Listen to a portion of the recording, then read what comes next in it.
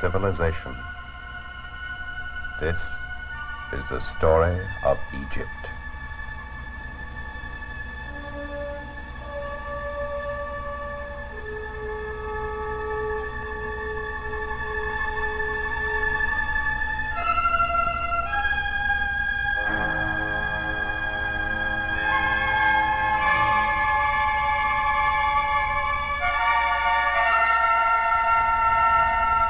It begins in the legendary Mountains of the Moon in equatorial Africa, thousands of miles to the south of the thirsty land of Egypt.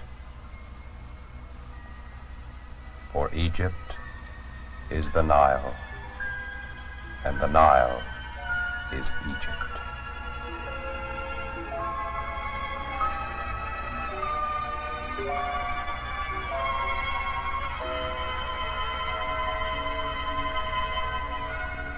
Here the mighty Queen of Rivers is born.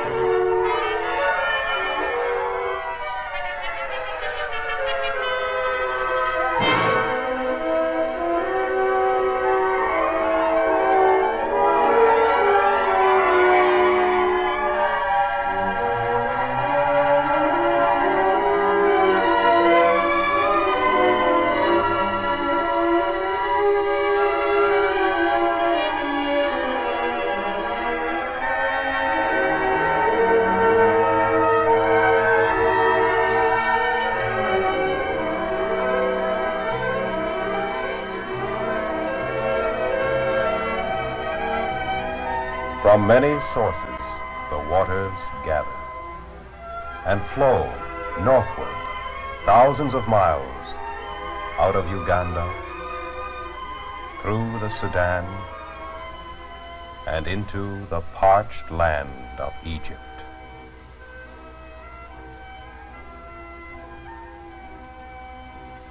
Just as the mighty Nile ebbs and flows with the changing seasons, so has the history of the human race risen and fallen along its banks.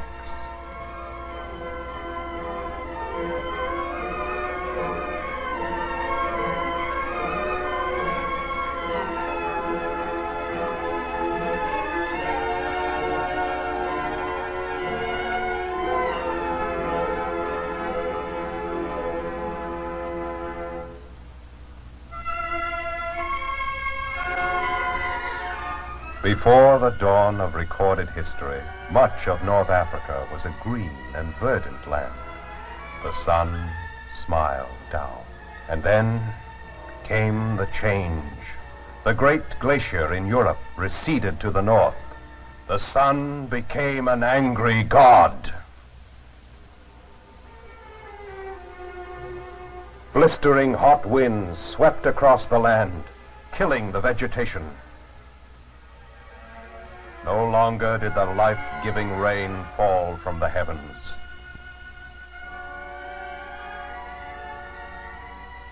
Under the whiplash of the sun, the very earth recoiled.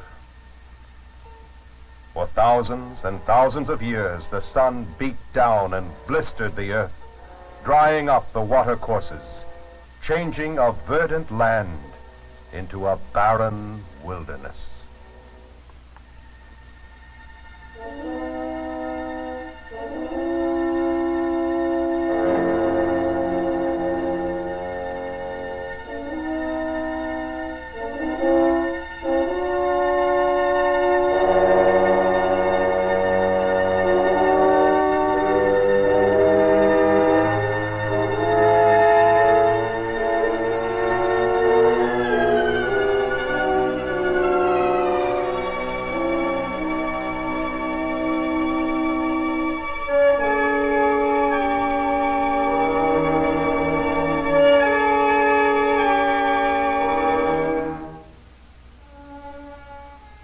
early people were nomads and hunters who once lived in a great green land, now dying under the impact of the sun and the wind. Man could no longer live in this sterile land. He and his primitive implements were buried under the shifting sands. The ordeal was for the animals as well as mankind, and they too wandered across the desert in their dumb misery.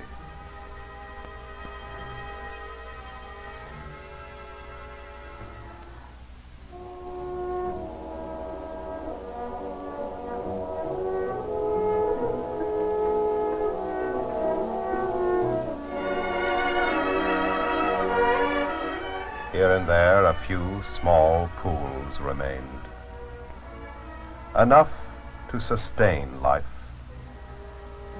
but only for a short time.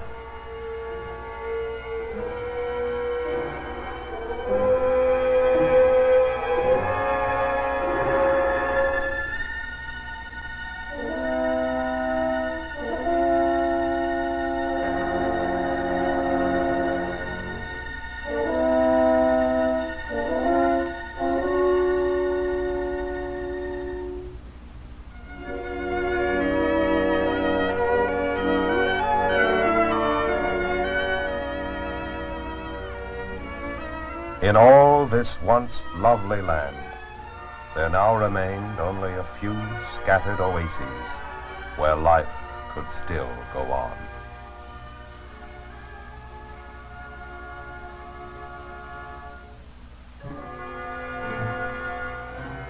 The nomad and the hunter wandered across the wasteland, seeking a better place to live. He joined with others of his kind and fought with them and against them for survival.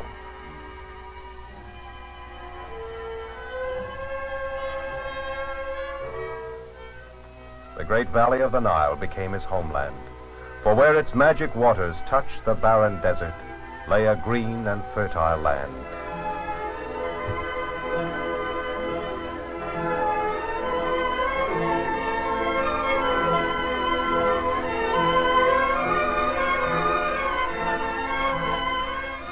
The wanderer became a settled agriculturalist and an artist. He saw beauty about him and worked his impressions into all of the things he made and used. Few records remain of this period, but man laid the foundations of a great civilization. Local governments arose and were eventually unified into two kingdoms, the Upper Egypt of the Nile Valley, the Lower Egypt of the Delta.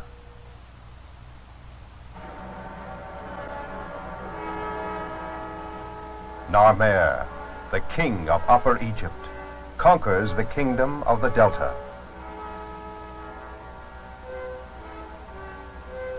The falcon brings captive the people of the papyrus swamps.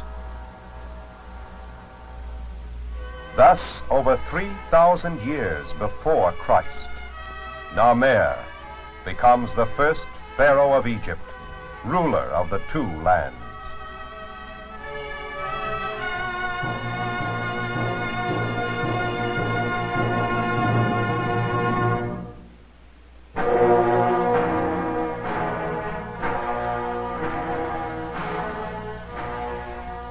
Centuries pass.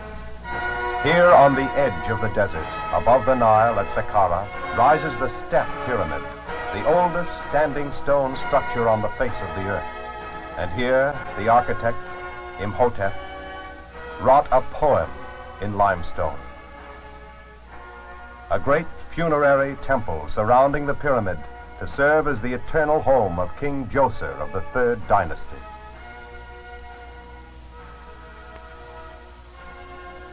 This earliest use of dressed stone on a large scale is evidence of proud craftsmanship, of a race of artisans who worked with loving care to create a lasting tribute to their gods. Slaves could not have raised this temple, for each stone had to be cut by skilled hands, an exacting task, for no mortar of any kind was used.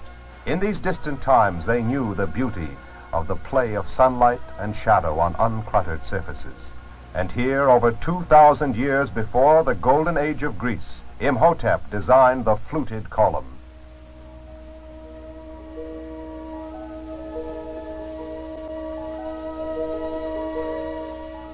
Small wonder that the Greeks worshipped Imhotep as a god.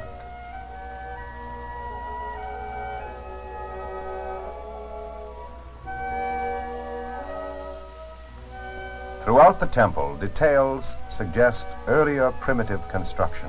A wooden door translated into stone swings forever open on its immovable stone hinge.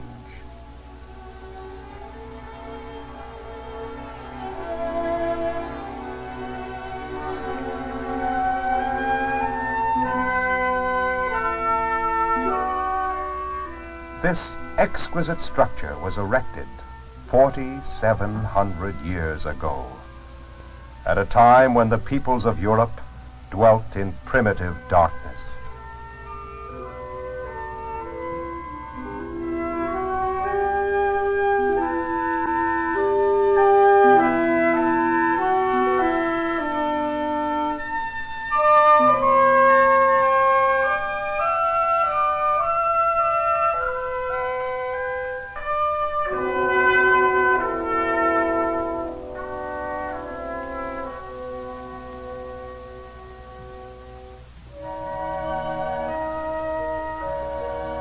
Graceful form of the papyrus stem, stylized in limestone.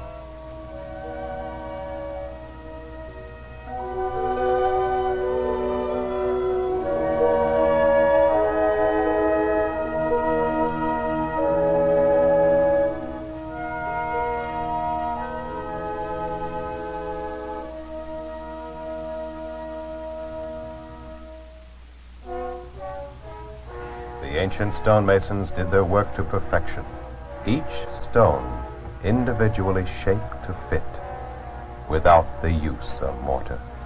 A wall, a third of a mile in length, with all the beauty which we associate with the best in modern architecture.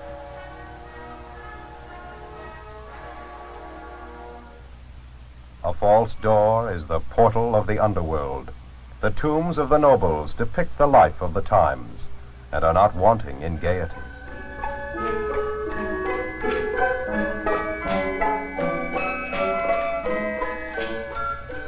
The beliefs of the Old Kingdom envisioned the hereafter as a continuation of the more pleasant aspects of earthly existence. Pharaoh was surrounded by a glittering court of aristocratic nobles and military leaders. The general Rahotep and his lady gaze across the void of time with the infinite wisdom and calm of the ages.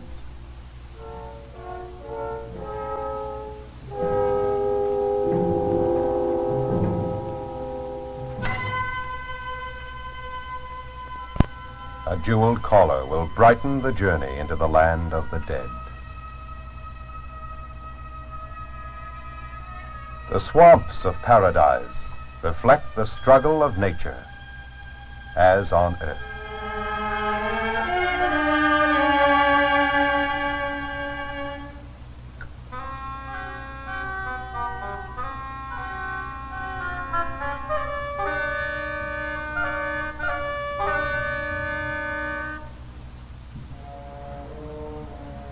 The huge exterior tombs in pyramid form began with the step pyramid at Saqqara and now progress to that of Meidum.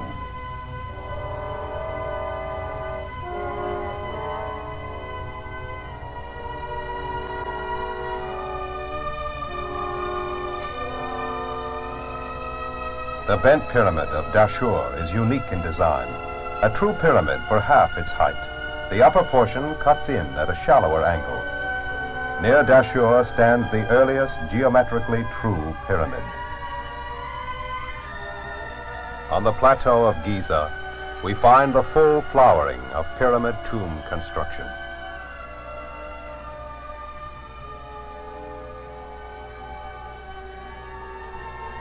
And the mightiest of all, the Great Pyramid of Cheops, one of the 7 wonders of the ancient world. Here, great blocks of stone were used, weighing several tons each. Stones which could not be raised by muscle power alone. The engineering principles of ramps, rollers, and levers were employed in this stupendous architectural feat.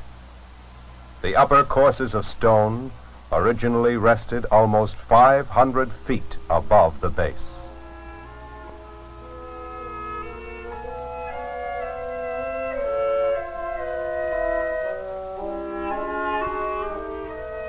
The mighty works of the Fourth Dynasty are an indication of a very strong centralized government.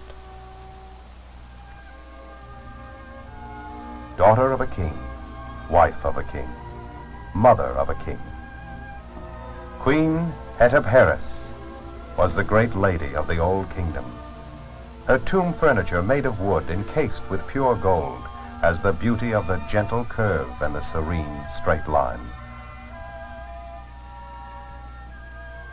Hetepheres, mother of Cheops, led a long life of imperial splendor. Fine linen was hung from the bed canopy, suspended from these slender hooks.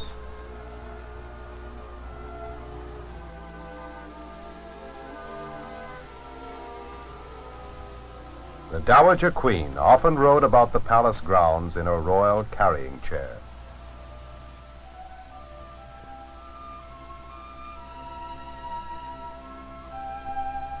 Letters of gold spell out the legend.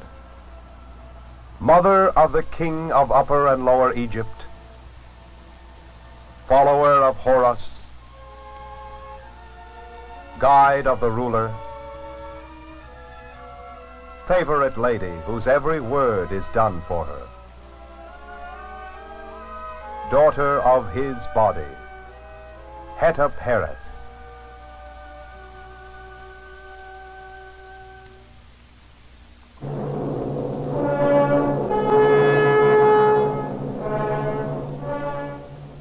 The origin of the Sphinx, carved out of the living rock, was lost in ancient times. The body was swallowed by the sea of sand, and the huge head was worshipped as the god of dawn, and thought to hold the answer to the mystery of life itself. It was believed that someday the stone lips would part, and this inscrutable monster give the answers to the problems of mankind. Look on my works, ye mighty, and despair. Nothing beside remains. Round the decay of that colossal wreck, boundless and bare, the lone and level sands stretch far away.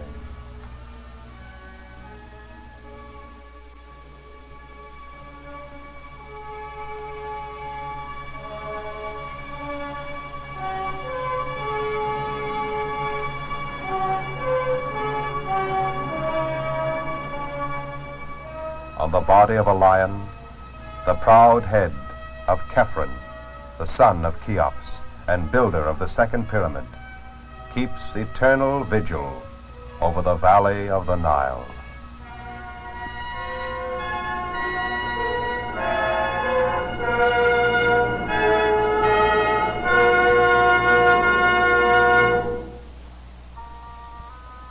Much of the royal sculpture is formal and stylized. But in these portrait heads, we see the true face of ancient Egypt, curiously like the mingled races of our own time.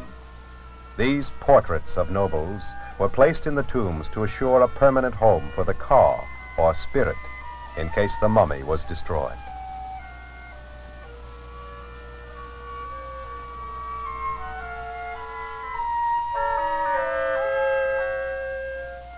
During the reign of Cheops and his immediate descendants, sculpture in the round reached its peak and was never again surpassed in Egyptian art.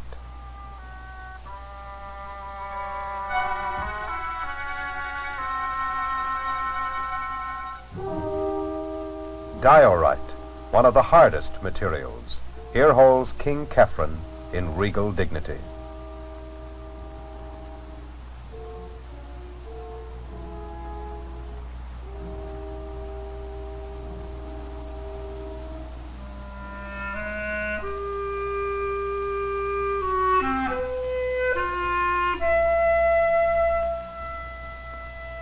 Many gods of ancient Egypt manifested themselves in animal form.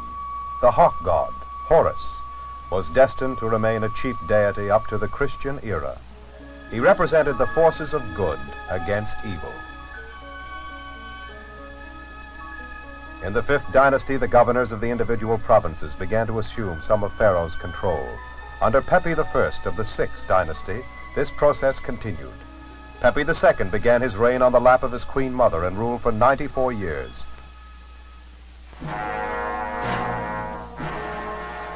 Toward the end of his fabulous regime, political disintegration set in. Egyptian fought Egyptian, and the local governors no longer held allegiance to the crown. Egypt became a series of small states struggling against themselves.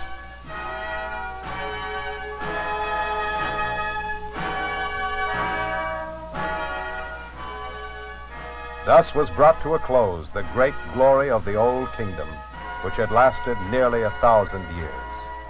For 2 centuries, the country was disorganized. In the 11th dynasty, the river was again a unifying factor. The lands along the Nile became one again, and commerce flourished.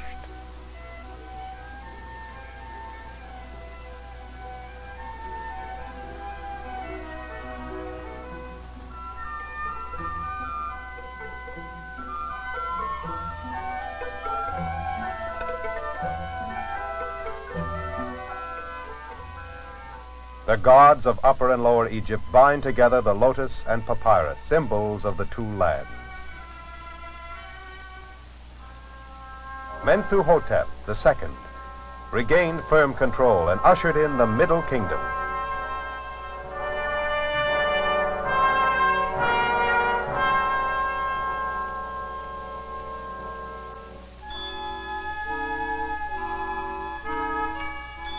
There was a rebirth of formal art in tomb decoration of great beauty.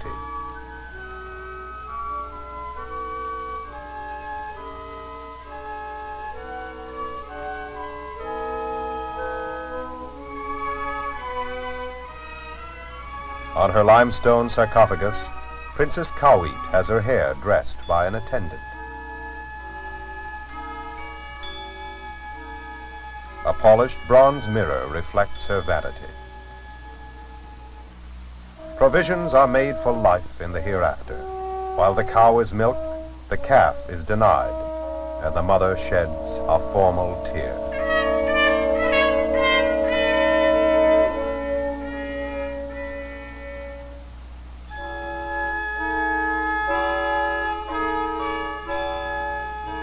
The eyes of the dead stare into the world of the living.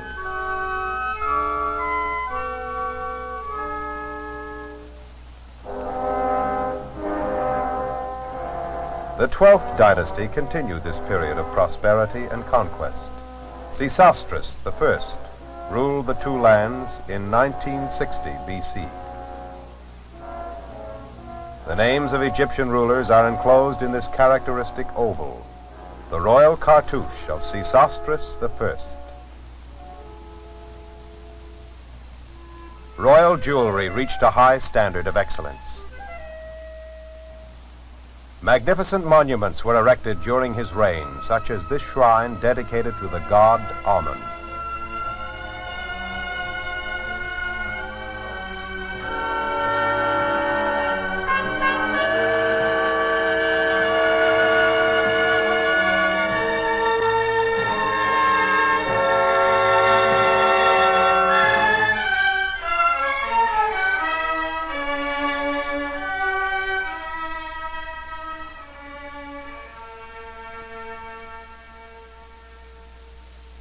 Amenemhat III carried out great irrigation projects in the Fayum.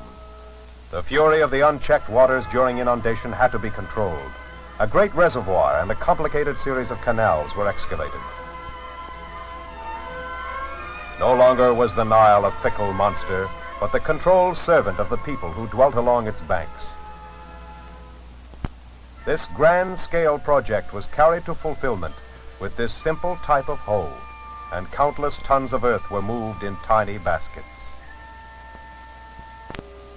The nobles decorated the portals and facades of their tombs with sunken relief.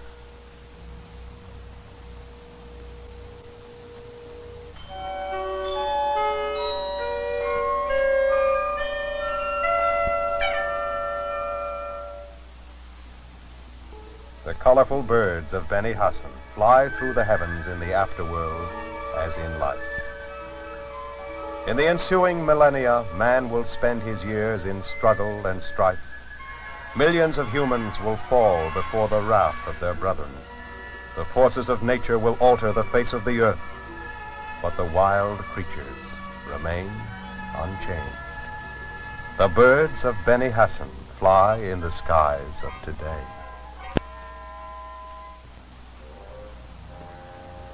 The artist delicately suggests the hippo's swamp habitat.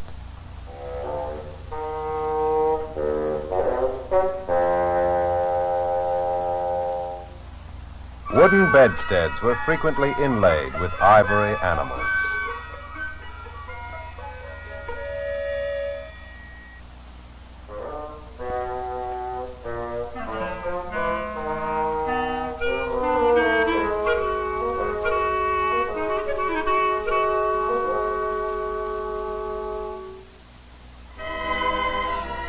Perhaps the greatest of the monumental works of this period was the slender granite shaft called the obelisk. In the quarries of Aswan, we wonder at the engineering skill entailed in the removal of huge single pieces of granite from the bedrock.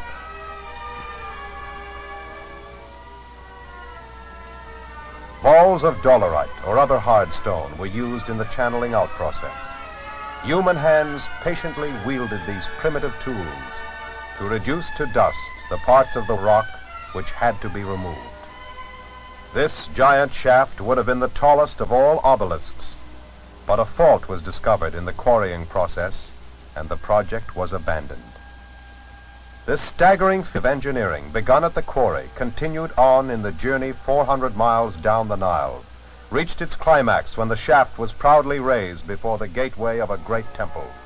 Here indeed, art, craft, and ingenuity combined symbolically with the spirit of man as this slender shaft of granite points its slim finger at the heavens.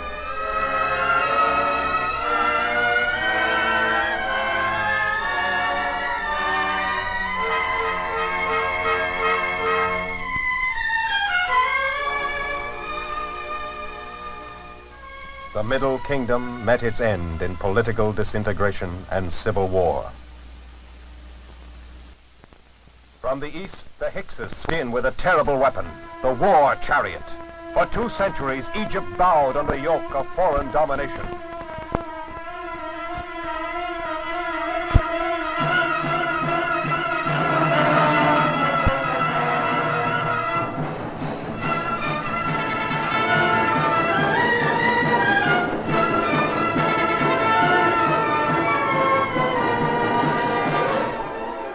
The Egyptian wrested the horse and the chariot from the invader and turned these instruments of terror back against him. To the east, to the south, the war chariots thundered, and the force of Egyptian arms was felt far into Asia, deep into Nubia. Oblivious to the follies of men, the mighty Nile continued to bring life and strength to the thirsty land of Egypt. 1,600 years after Narmer first wore the double crown, Pharaoh Akhmosa, with this golden battle axe, began the 18th dynasty. The powerful new kingdom was born. At the capital city of Thebes, the East Bank is for the living. Across the river where the sun sets lies the necropolis, the city of the dead. Against a backdrop of brilliant cliffs, splendid temples and tombs enshrine forever the memory of the leaders of the new kingdom.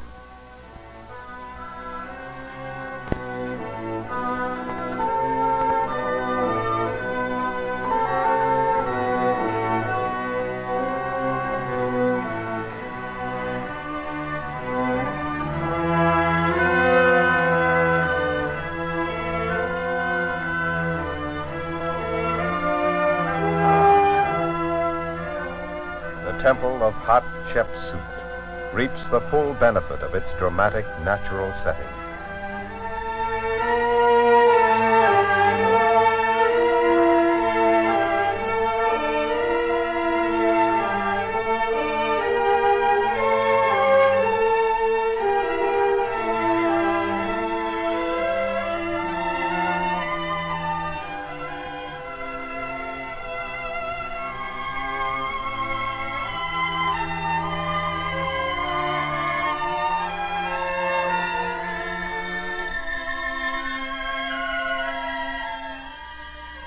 Hatshepsut, though a woman, ruled as pharaoh. An able administrator, she surrounded herself with a group of powerful men who held the country in firm hands.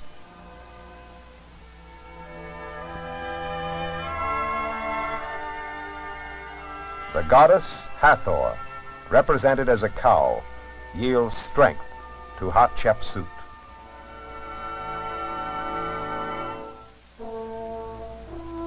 Obviously a woman of dynamic qualities, for her the title of queen was not enough. She declared herself king of Egypt, was depicted wearing male attire, and even the false beard of Pharaoh. She was succeeded by Thutmosis III, whose first act was to wipe out the memory of the woman who had so dominated him.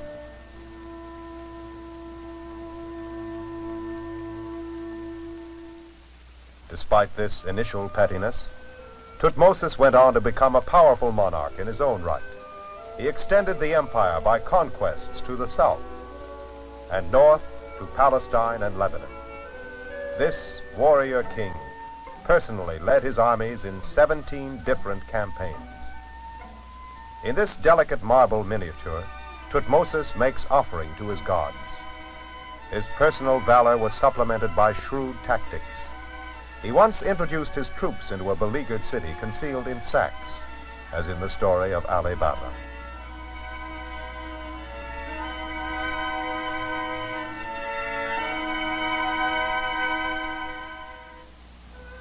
The ladies of his court ate from gold service and kept their perfume in decorated vases.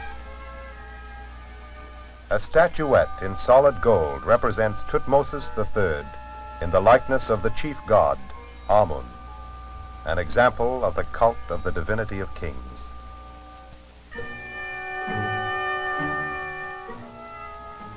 Egypt reached a height of opulence and political importance under this mightiest of empire builders.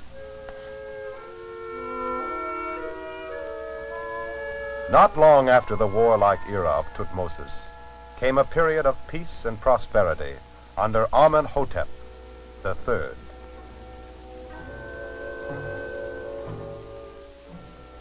His name will ever be associated with the colossi of Memnon.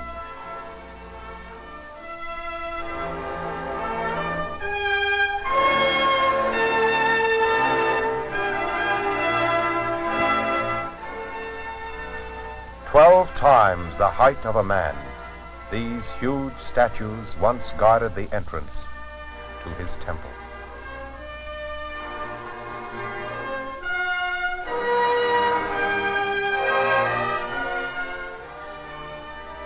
For 33 centuries, these sentinels of the Theban plain have gazed across the Nile.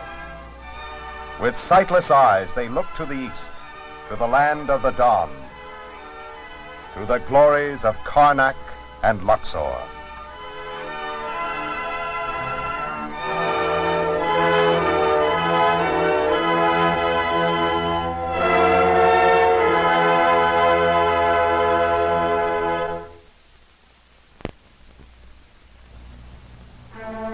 This is the face of the first man in recorded history who believed in one God. Akhenaten was the great rebel. He broke with the traditional religion of many gods and became the first monotheist. There was but one God, Aten, the sun. Aten was a gentle god. His beneficent rays end in life-giving hands.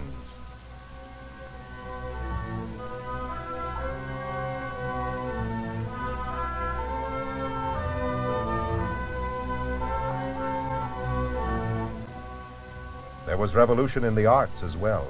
The wall paintings of Akhenaten's palace portray a new kind of realism.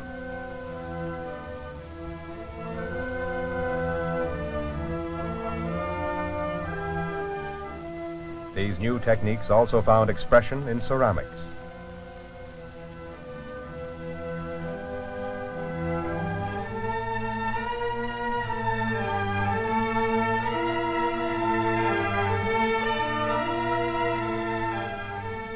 A carnelian ring bears an unflattering likeness of the king. for he insisted on stark realism in the portrayal of his own person, even though the results were rather grotesque. Breaking sharply with the idealistic portrayal of Egypt's god kings.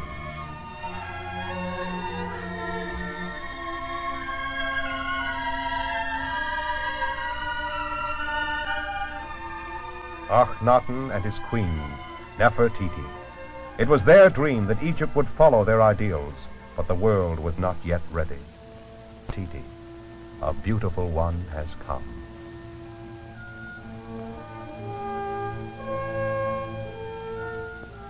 But under this idealistic leadership, the neglected empire was crumbling. Revenues dwindled.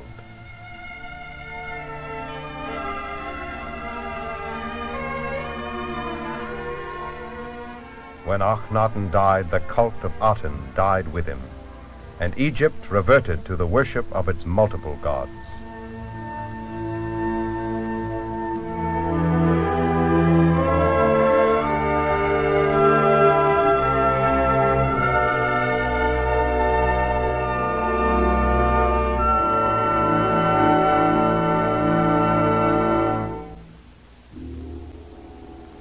By the time of the 18th dynasty, tombs had been despoiled to an alarming extent.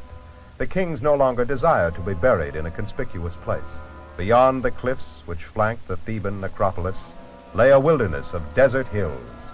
Deep in the valley of the tombs of the kings, they hoped to remain undisturbed throughout eternity. But this was not to be. Of all the pharaohs buried here, only one name is generally known today. Ironically, the young and unimportant King Tutankhamun was the only ruler of this period whose tomb was not plundered in ancient times. King Tut was only 19 when he died. A later and more powerful king was buried just above Tutankhamun. Debris covered the tomb entrance so effectively that it lay hidden for over 3,000 years. While every other tomb was desecrated, the young King Tut lay undisturbed among an enormous quantity of funerary equipment, designed to sustain him in the afterworld with all the pomp and panoply of Pharaoh's court. For an Egyptian monarch ruled as a god king in life and was worshipped as a deity when he died.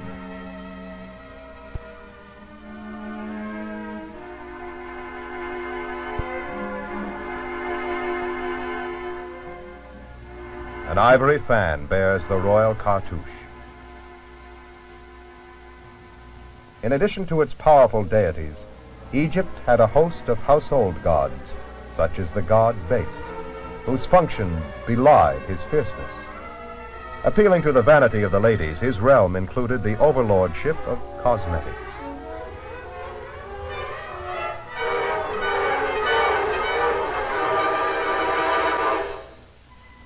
The back of Tutankhamun's golden throne shows the king and queen in an informal domestic scene.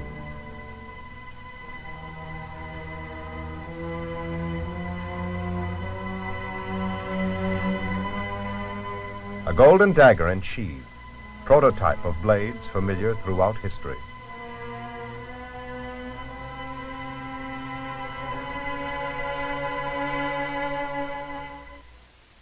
The inner coffin of solid gold, lavishly covered with chaste design and inlaid with semi-precious stones, contained the mummy of Tutankhamun.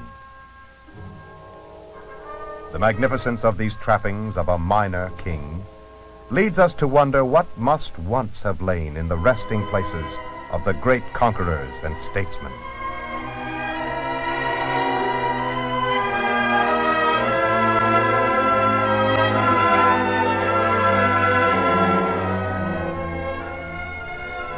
As a result of the political and religious tensions created by the Aten Revolution, the power of the ruling house was undermined. The 18th dynasty ended in political and social decay, and the neglected empire lay in ruins. Just at this time, when the new kingdom seemed doomed, the general Horemhab came to the fore. This astute politician had managed to remain in favor in a period of conflicting factions and ideas. He cleverly maneuvered himself onto the throne. Pharaoh Horemhab, the strong man, saved Egypt from certain ruin. His social reforms strengthened the home economy, and his campaigns restored much of the former empire. Horemhab fully restored the power of the traditional religion of Amun, with its worship of multiple gods. The mythological trinity of Egypt is built around Osiris, Isis, and Horus.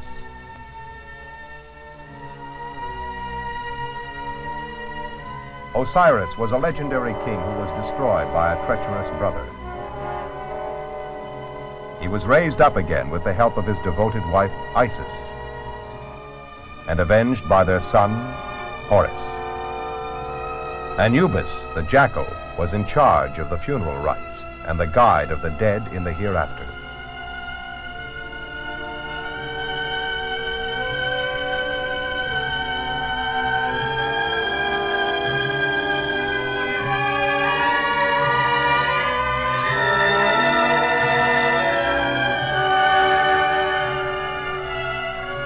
The walls and ceilings of the tombs of the kings were lavishly adorned with religious symbols and figures.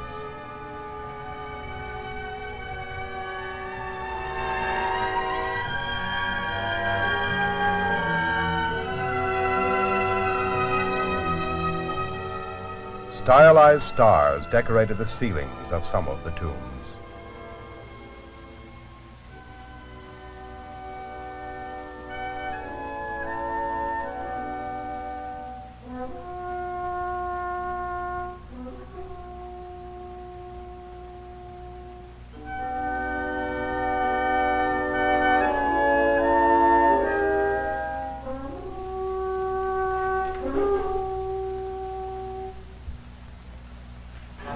A row of ram-headed sphinxes leads to the great temple of Amun at Karnak, the most extensive ever built by man. This complex of pylons, obelisks, courts, halls, and inner chambers was 2,000 years in construction. Succeeding monarchs from the Middle Kingdom to the dawn of the Christian era here enshrined their beliefs and accomplishments.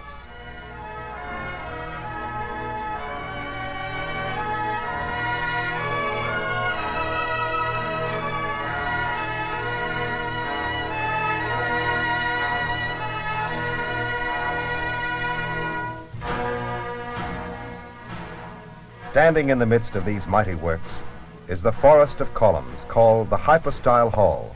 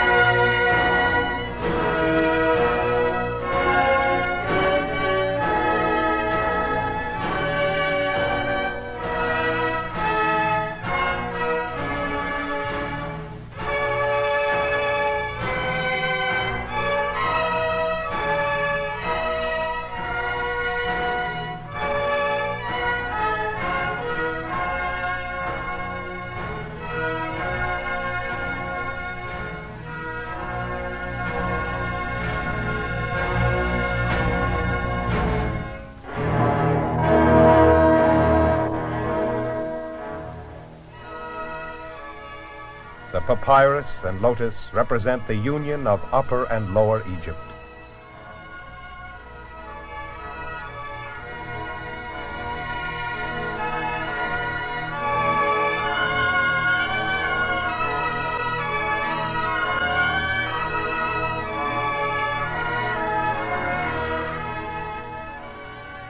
A colossal red granite scarab overlooks the sacred lake. The Temple of Karnak, majestic even in ruins, bears silent witness to the faith and skill of those who labor to raise it. While the royal tombs are concerned with religion and the gods, the tombs of the nobles depict with realism the life of the times. It is these lowly tillers of the soil who carried the load of empire. In the fields of a huge estate, the harvest is in progress. Wheat is cut with a scythe, transported on a pole, threshed under the hooves of the oxen, and cleaned by winnowing.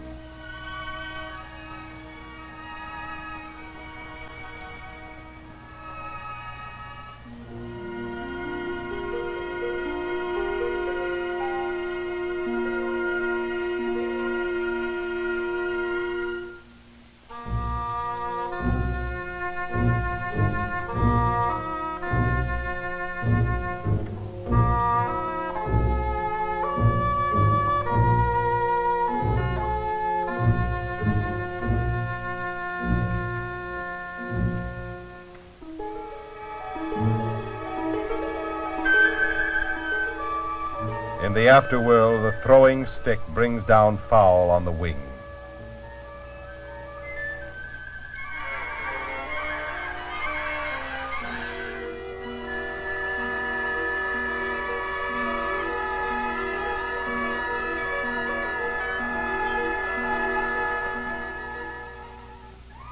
In this happy hunting ground, game is abundant and the waters well stocked.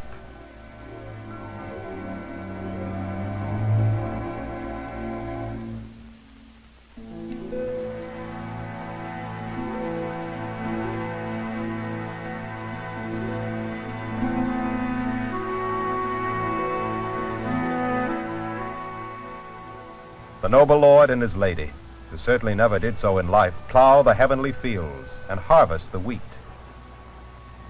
and pull the flax.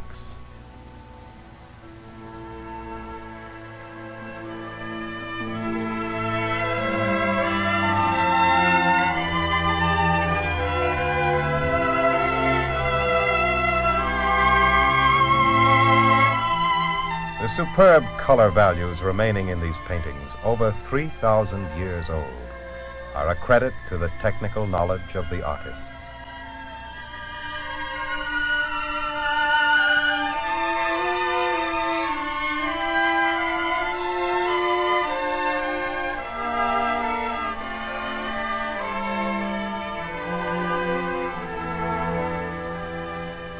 While Anubis administers to the deceased,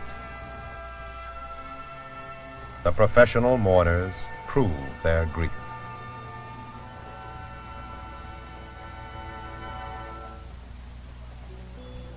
A fun-loving race, the Egyptians enjoyed music and the dance.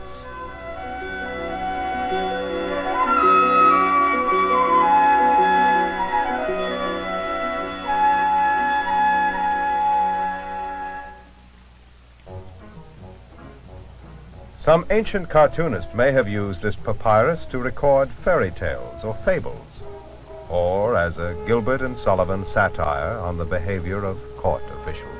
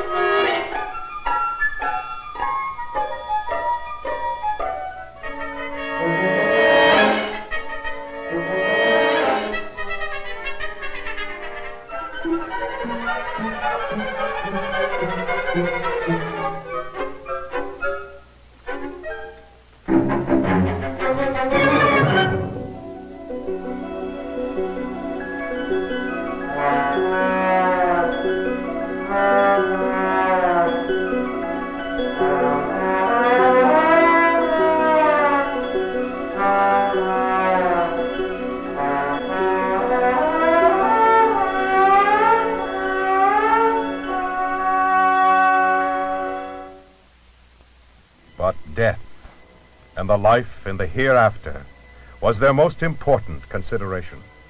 A page from the Book of the Dead records the scene of the Last Judgment, while Anubis weighs the heart against the goddess of truth. Osiris sits in judgment.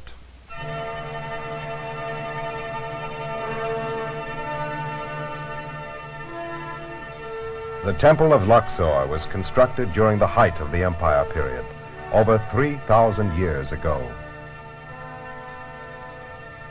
It contains some of the finest examples of colonnade construction and colossal statuary of the New Kingdom.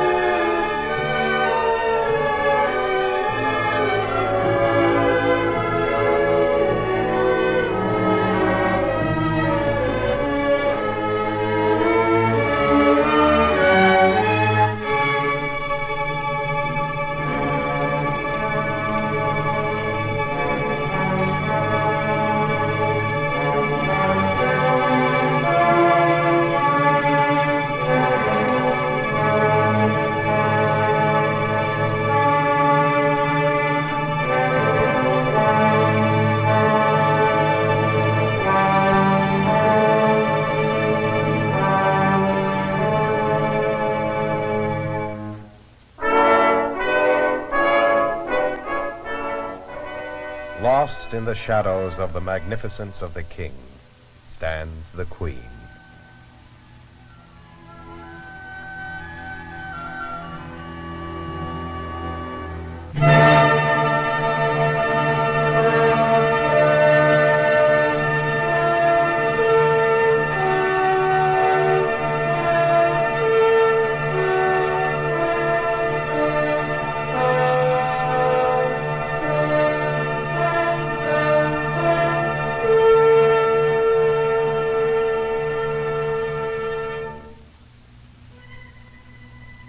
Seti I built the Temple of Abydos, close to the legendary grave of the god Osiris. The great delicacy of the white limestone reliefs is outstanding in temple decoration.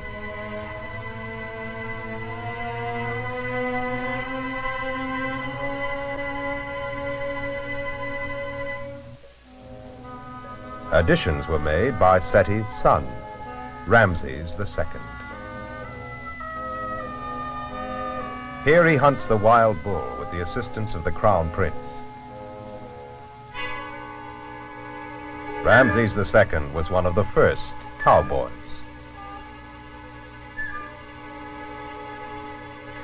Of all the rulers who ever lived, Ramses II, or as he would rather be called, Ramses the Great, appeared to have the most insatiable hunger for publicity. During his 66 years on the throne, this supreme egotist boasted in stone throughout the length of Egypt. Where he did not build himself, he usurped the works of his predecessors by substituting his own inscriptions.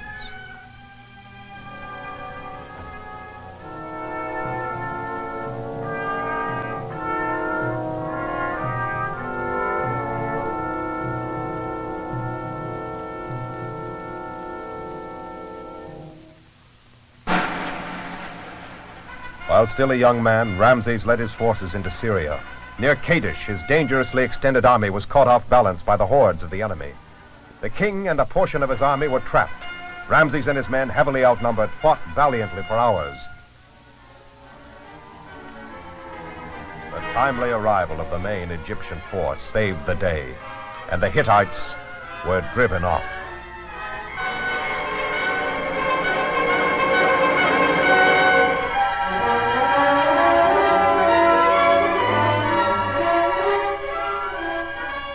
Although he returned home with his royal skin intact, the purpose of the campaign, the invasion of Syria, could hardly be called a success.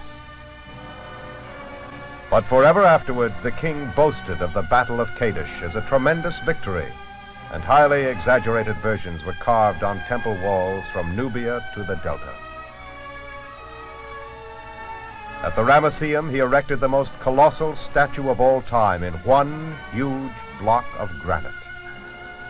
Though an earthquake destroyed this enormous monument, more than enough great structures remain to carry this extraordinary personality across the ages. The vitality of the New Kingdom carried through the 20th dynasty and ended with the 11th pharaoh to bear the name of Ramses.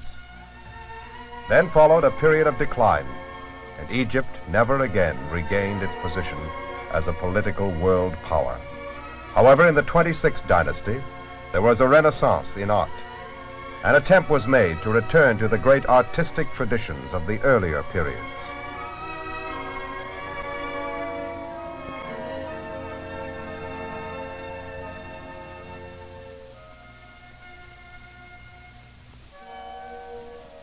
The Hippo goddess was the patron of childbirth and guardian of women and children. The cat goddess found a place in the hearts of the populace as goddess of love and joy, of music and the dance. In the late dynastic period, Egyptian art continued traditionally, despite the influence of foreign domination.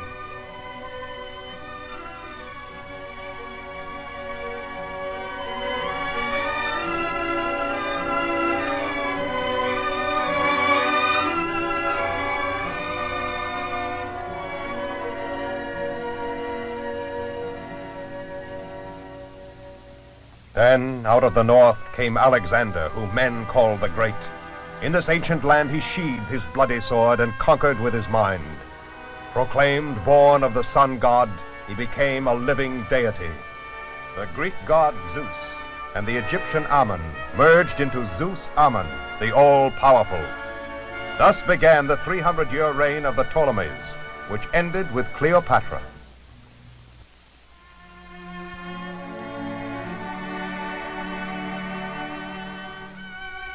These Greek kings of Egypt adopted the religious practices and the cult of the divinity of kings, as shown in all their temples.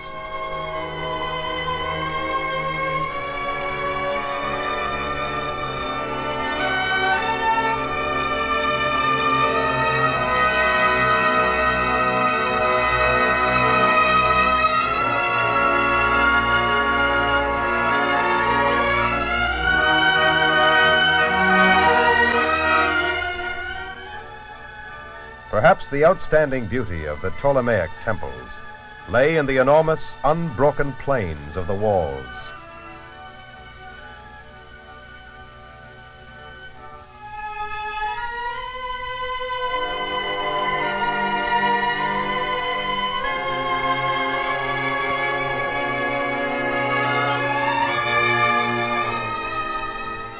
At Idfu, the great god Horus is enshrined in his own temple. The powerful influence of the hawk god ruled the minds of men for thousands of years. On an island in the Nile in Upper Egypt stands the Temple of Philae. The requirements of a later civilization caused the level of the river to be raised, thus flooding the island.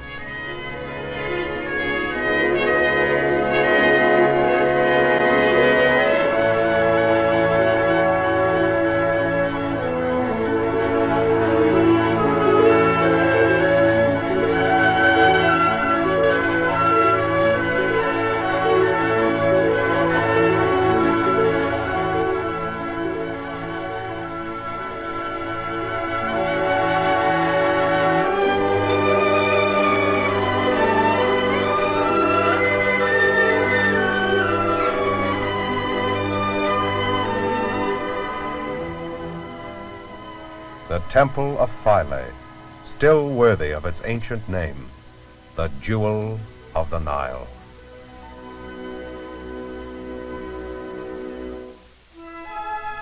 But when we think of ancient Egypt, we look back to the time when Pharaoh wore proudly the double crown, the great days of the new kingdom.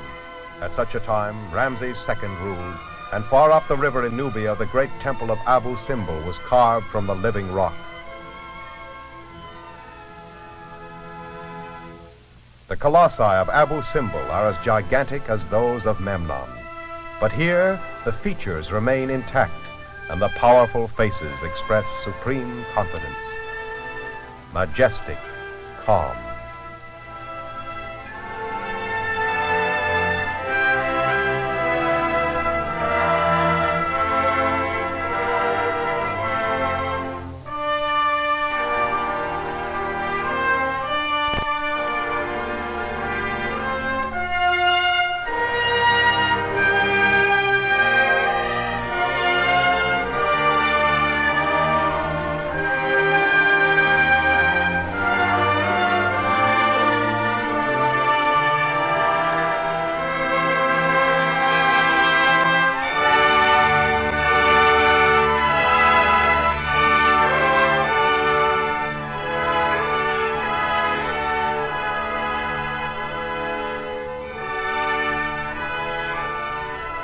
Inside the temple, 8 more colossal statues of the king form the pillars of the central hall.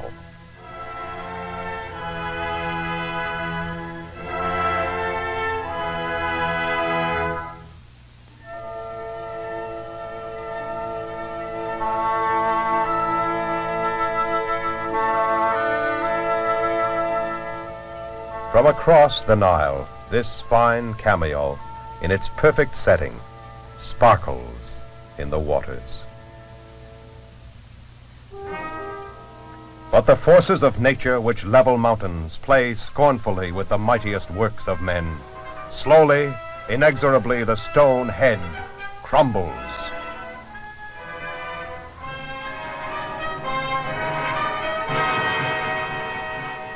Someday the proud Ramses will be ground into the dust.